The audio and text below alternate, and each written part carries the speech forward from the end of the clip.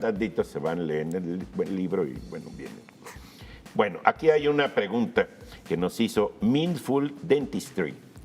What a kind of name. Y está muy buena. Si los romanos tenían sus dioses, ¿cómo es que adoptaron el cristianismo?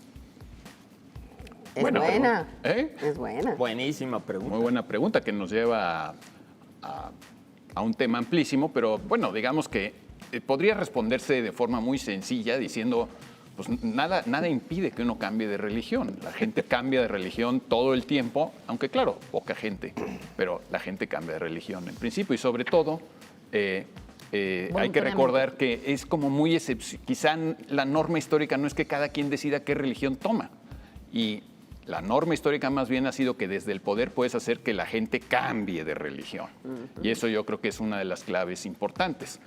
Obviamente este es un tema de cómo pasó el Imperio Romano a disolverse o a caer, como diría Gibbon, y a convertirse Europa en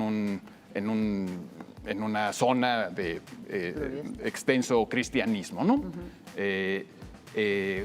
Precisamente ese clásico de Edward Gibbon intenta, entre otras cosas, responder esta pregunta, La historia de la decadencia y caída del Imperio Romano de Edward Gibbon, un libro que más allá de su valor histórico tiene un valor literario muy importante.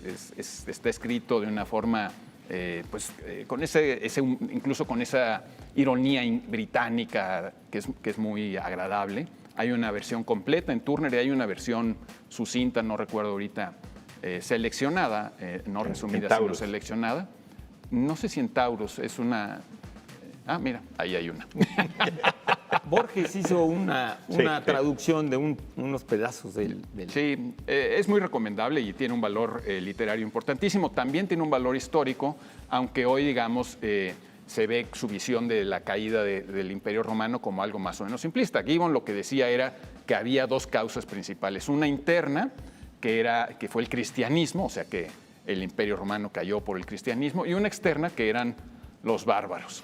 Hay un historiador francés, no recuerdo ahorita el nombre, que dice que el Imperio Romano no murió de muerte natural, sino que fue asesinado.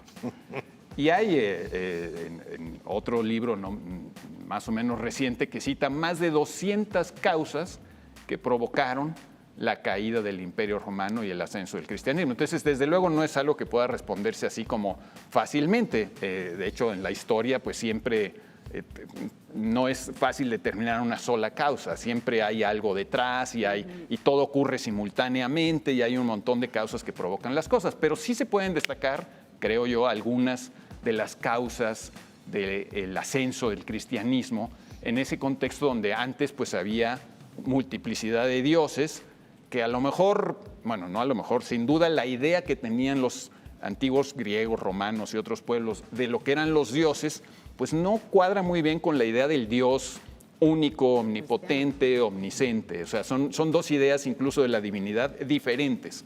En principio los romanos creían que pues, los dioses eran caprichosos y de alguna manera influían en la vida de las personas. Toda la mitología que construyeron alrededor de eso, ¿no? Claro. Que es maravilloso además y que hasta la fecha sigue vigente. Claro, pero no eran dioses que digamos, prometieran una salvación eterna, ni había un concepto incluso del tiempo dividido en dos mitades tan claras, ¿no? Como antes de Jesucristo y después de Jesucristo. Es decir, había ahí una idea de la religión muy distinta. Está también el tema, claro, de cómo San Pablo, o Pablo, pues sí, Saulo o San Pablo, convirtió esta secta judía en una religión universal para los gentiles. Recordemos que San Pablo nunca conoció a Jesús, lo vio, tuvo una visión al caerse de un caballo en Damasco, lo que haya sido, pero él no era uno de los discípulos directos de Jesús. Los discípulos directos de Jesús pertenecen a lo que se ha llamado a veces la infancia judía del cristianismo, que eran pues, judíos practicantes que querían convencer a los otros judíos de que había llegado el Mesías.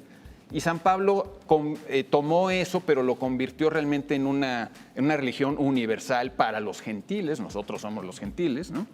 Los goys todavía dicen los judíos a los que no son judíos, ¿no? Creo que nos dicen goy. Y bueno, por cierto, el término pagano significa viene de pagos, que es campesino. Era un término despectivo que usaron los cristianos para referirse a los que no eran cristianos.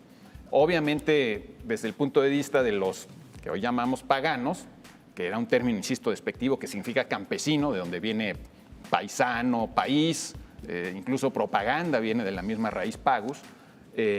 Digamos, lo que ellos veían era pues que los cristianos no querían hacer sacrificios a los dioses romanos y que entonces por eso podía haber sequías y catástrofes. Y entonces siempre hubo esa lucha, y obviamente el hecho también político decisivo que fue pues la conversión de Constantino, que Constantino se convirtió en su lecho de muerte desde que tomó el poder en el año 312.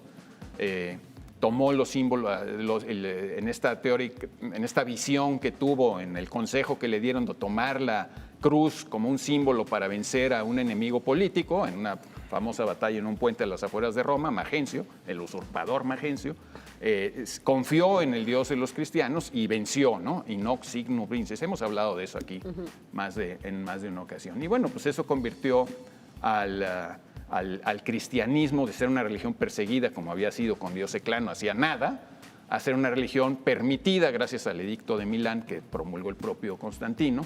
Y después Teodosio iba a todavía darle más privilegios a la religión católica y más preponderancia, y se convirtió en la religión del imperio. Y una vez que eres la religión del imperio, pues la puedes imponer, ¿no? Que fue lo que realmente ocurrió. Digo, para resumir algo que es mucho más complejo. Claro, porque además se llevó su tiempo, es decir, estamos hablando de la conversión, pero la conversión de toda esa zona no se produce tampoco ni por un edicto ni por un concilio. Hay una evangelización de Europa también, ¿no? El tema es enorme, es politeísta el tema, y nosotros tenemos que hacerlo simplificadamente monoteísta. Rendir culto al Dios del tiempo, efectivamente.